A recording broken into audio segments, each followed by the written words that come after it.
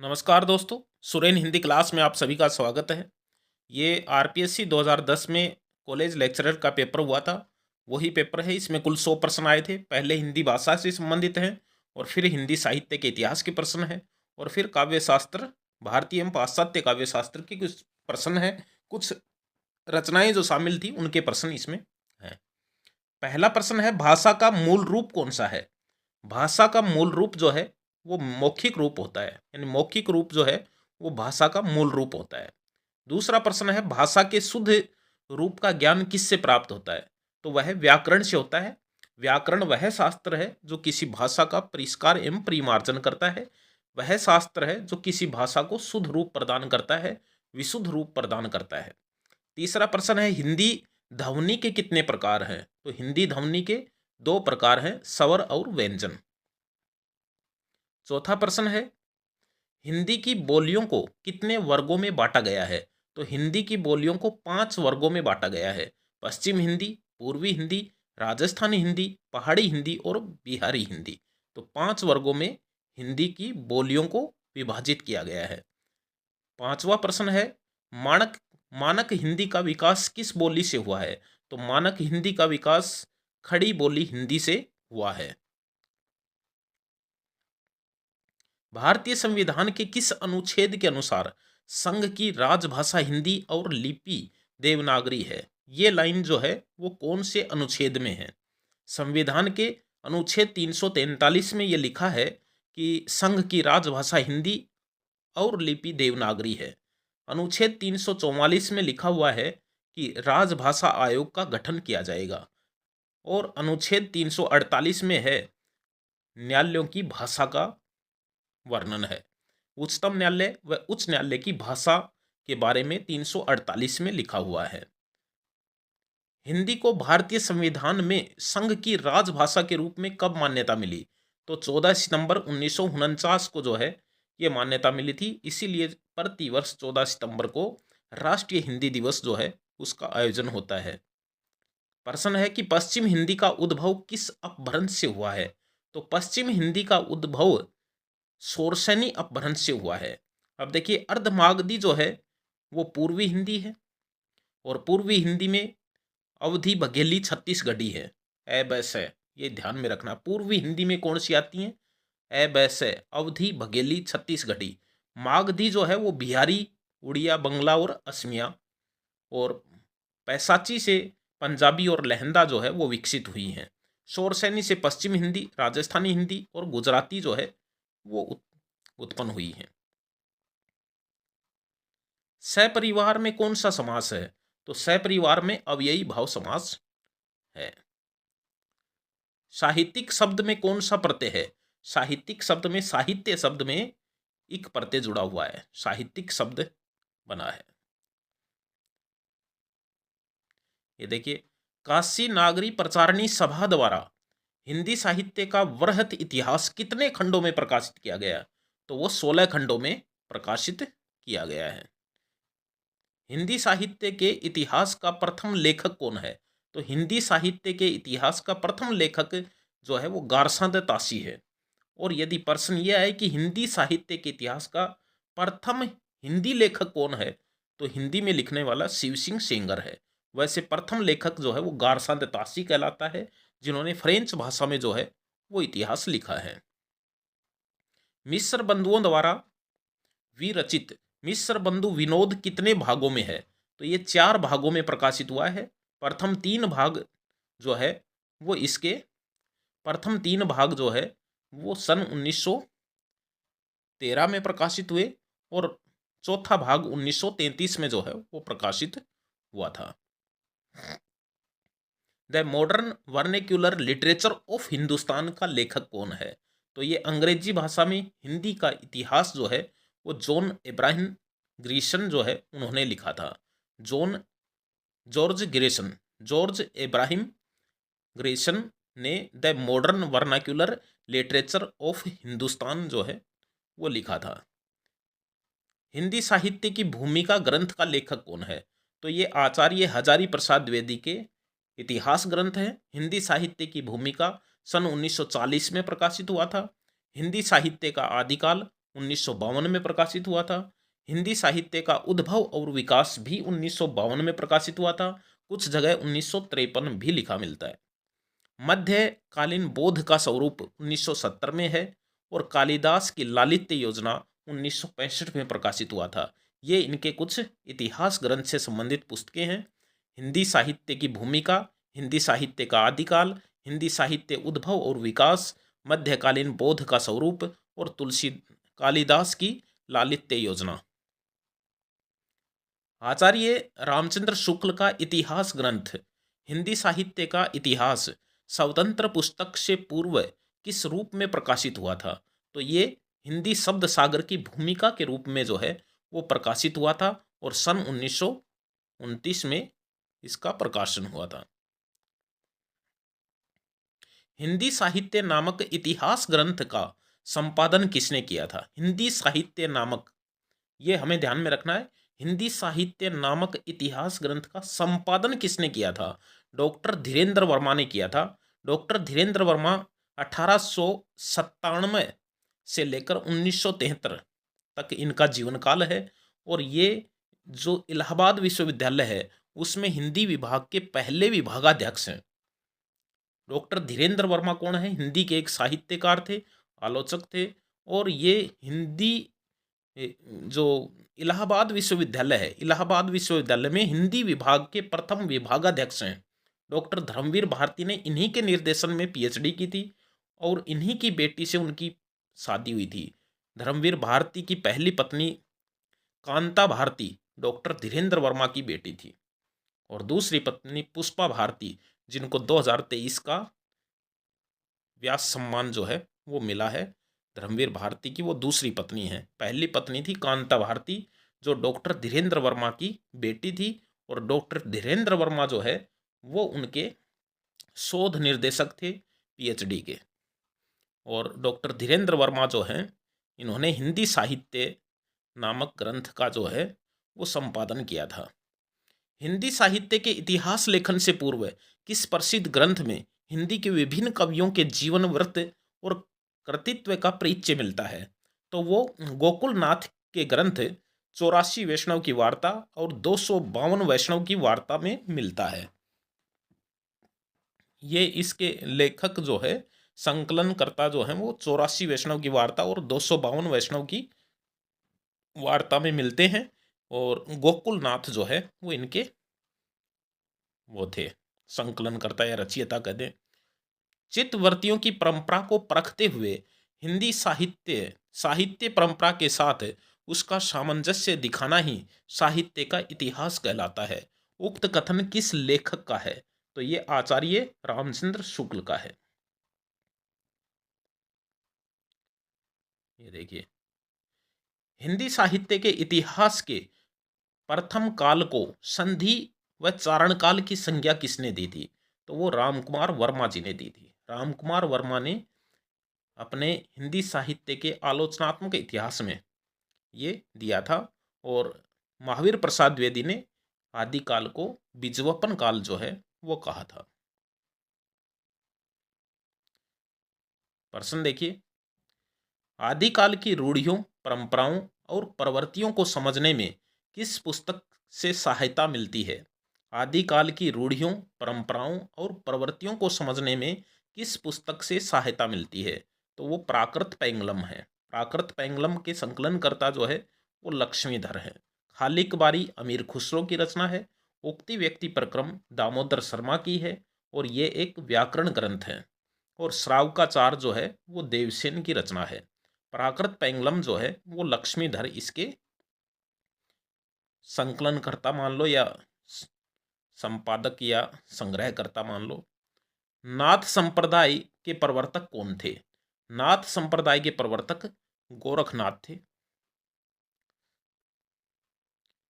आदिकालीन कृति ढोला मारूरा दूहा कवि कल्लोल की रचना है कि गणना किस साहित्य के अंतर्गत की जाती है? तो ये लौकिक साहित्य के अंतर्गत जो है वह की जाती है। आदिकाल में खड़ी बोली को काव्य की भाषा बनाने वाला पहला कवि कौन है? तो वो अमीर खुसरो है। अमीर खुसरो खड़ी बोली को काव्य भाषा बनाने वाला पहला कवि है। आदिकाल आदिकालीन साहित्य में वीर रस की रचनाओं में किस शैली का प्रयोग है? तो उसमें डिंगल शैली का प्रयोग है। डिंगल शैली साहित्यिक मारवाड़ी थी। डिंगल शैली जिसमें वीर रस की रचनाएं जो है वो लिखी गई थी। कीर्ति पताका किसकी रचना है? तो कीर्ति पताका और कीर्ति लता विद्यापति की है, और विद्यापति की पदावली जो है वो बहुत प्रसिद्ध रचना है जो मैथिली भाषा में लिखी गई है। 27 का प्रश्न देखिए, सिद्ध साहित्य के अंतर्गत सिद्धों की संख्या कितनी मानी गई है? तो सिद्धों की संख्या 84 मानी गई है। सरहपा जो है वो हिंदी के पहले जो माने गए हैं कवि राहुल सांकृत्यायन द्वारा, वो भी सिद्ध थे, और इनकी संख्या 84 मानी गई है। नाथों की संख्या 9 मानी गई है, और आलवार संतों की संख्या 12 है, और नायनवार संतों की संख्या 63 है। ये हमें ध्यान में रखना है। ये देखिए, सरहपा को हिंदी का प्रथम कवि किसने माना है? तो ये राहुल सांकृत्यायन ने माना है। मिस्र बंधुओं ने गोरखनाथ को पहला लेखक माना है, गद्य लेखक, और चंद्रधर शर्मा गुलेरी ने मुंज कवि को पहला कवि माना है, और हजारी प्रसाद द्विवेदी ने पुष्पदंत को माना है। ये देखिए, परमाल रासों के का रचयिता किसे माना जाता है? तो वो जगनिक को माना जाता है। आल्हाखंड जगनिक को माना जाता है। ये देखिए, आदिकाल के किस पंथ से भक्ति काल के संत मत का विकास हुआ है? तो वो नाथ मत से ही हुआ है। नाथ मत से संत मत का विकास हुआ है। प्रश्न देखिए, 16वीं-17वीं शताब्दी के युग को हिंदी का स्वर्ण युग मानना किस इतिहास के लेखक की महत्वपूर्ण उपलब्धि मानी गई है? तो वो जॉर्ज गिरिसन की उपलब्धि मानी गई है। जॉर्ज गिरिसन ने 16वीं-17वीं शताब्दी के युग को हिंदी का स्वर्ण युग जो है वो कहा है। भक्ति काल को स्वर्ण युग मानने का प्रमुख कारण है। अब देखिए, 16वीं-17वीं शताब्दी को स्वर्ण युग माना है तो वो भक्ति काल है। किसने माना है? जॉर्ज गिरिसन ने माना है। मानने का मुख्य कारण क्या है? मानने का मुख्य कारण है इसके साहित्य में निहित समन्वय की भावना। इसके साहित्य में निहित समन्वय की भावना जो है वो इसका प्रमुख कारण है। शंकराचार्य ने सामाजिक एकीकरण के लिए किस दार्शनिक आध्यात्मिक ऐक्य का निरूपण किया है? तो वो अद्वैत वेदांत का निरूपण किया है। काव्य पंक्ति है कि अब कैसे छूटे राम नाम रट लागी, प्रभु तुम चंदन हम पानी, जाकी जाकी अंग अंग बांस समानी। ये पंक्तियां किस संत कवि की हैं? तो वो रैदास की काव्य पंक्तियां हैं। कवि रैदास या रविदास की काव्य पंक्तियां हैं। आचार्य रामचंद्र शुक्ल ने प्रेमाख्यान काव्य परंपरा का प्रथम कवि किसे माना है? तो वो कुतुबन को माना है, जिनकी रचना है मृगावती। मंझन की मधुमालती है, मलिक मोहम्मद जायसी की पद्मावत है, और मुल्ला दाऊद की चंदायन है। प्रश्न है 36 का, भारतवर्ष का लोकनायक वही हो सकता है जो समन्वय के का अपार धैर्य लेकर आया हो। तुलसीदास के संदर्भ में उक्त पंक्ति के रचनाकार हैं आचार्य हजारी प्रसाद द्विवेदी। निम्नलिखित में से कौन सा कवि अष्टछाप के महाप्रभु वल्लभाचार्य का शिष्य नहीं है? तो अष्टछाप में की 1565 में स्थापना हुई थी, और विठल नाथ ने की थी, और इसमें 8 कवि थे, जिसमें 4 वल्लभाचार्य के शिष्य थे, 4 वल्लभाचार्य के शिष्य थे, और 4 विठलाचार्य के शिष्य थे। 1565 में अष्टछाप की स्थापना विठलनाथ ने की थी। तो अष्टछाप में वल्लभाचार्य का शिष्य नहीं था, तो वो नंददास नहीं था, क्योंकि वल्लभाचार्य के 4 शिष्य थे, सूरदास, परमानंद दास, कृष्णदास और कुंभन दास। और विठलदास के 4 शिष्य थे, नंददास, छीत स्वामी, गोविंद स्वामी और चतुर्भुज दास। इन 8 शिष्यों पे आशीर्वाद की छाप लगाकर अष्टछाप की स्थापना विठलाचार्य ने सन 1565 ईस्वी में की थी। अब इसमें हमें ध्यान में रखना है कि सबसे प्रसिद्ध यदि बात की जाए तो वो सूरदास हैं, लेकिन यदि सबसे वरिष्ठ की बात की जाए तो वो कुंभन दास हैं, और सबसे कनिष्ठ की बात की जाए तो नंददास हैं। यानी सबसे सीनियर कुंभन दास हैं और सबसे जूनियर जो है वो नंददास हैं उम्र के लिहाज से, और प्रसिद्ध सूरदास हैं। ये देखिए, किस संप्रदाय में कृष्ण के वामांग में राधा के साथ कृष्ण की उपासना का विधान है? तो वो राधा वल्लभ संप्रदाय में है, राधा वल्लभ संप्रदाय में है। हित हरिवंश जो है वो इसके प्रवर्तक थे। संत साहित्य में सबसे अधिक पंडित कवि कौन है? तो वो सुंदरदास है। यानी सबसे ज्यादा पढ़े लिखे कवि यदि संत काव्य में माना गया है तो वो सुंदरदास को माना गया है, और ये राजस्थान से संबंधित थे, राजस्थान के दौसा से। मानुष प्रेम भयउ बैकुंठी पंक्ति किस कवि की है? तो ये मलिक मोहम्मद जायसी की काव्य पंक्ति है। रीति काल को श्रृंगार काल की संज्ञा देने वाला विद्वान कौन है? तो वो विश्वनाथ प्रसाद मिश्र जो है वो, उन्होंने श्रृंगार काल कहा है। रीति काव्य की भूमिका, रीति काव्य की भूमिका नामक ग्रंथ के लेखक डॉक्टर नगेंद्र हैं।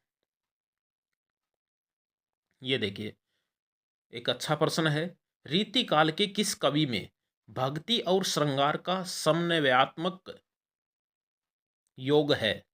भक्ति और श्रृंगार का समन्वयात्मक योग है, वो है घनानंद में। यानी घनानंद के अंदर भक्ति भी है और श्रृंगार भी उन्होंने खूब किया, क्योंकि राधा कृष्ण का चित्रण भी है इसमें, इसके पदों के अंदर, तो भक्ति भी है और श्रृंगार भी है। रीति मुक्त कवि कौन है? तो रीति मुक्त कवि कौन है? वो भी घनानंद है। देखिए, चिंतामणि, केशवदास और भिखारी दास ये तो रीतिबद्ध हैं, और घनानंद जो है वो रीति मुक्त कवि है।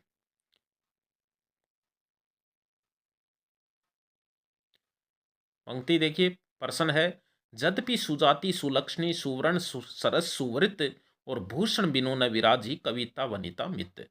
उपयुक्त पंक्तियां किस कवि की हैं? तो वो केशवदास की ये पंक्तियां हैं, और हमने खूब पढ़ा है इन पंक्तियों को अलंकार से संबंधित।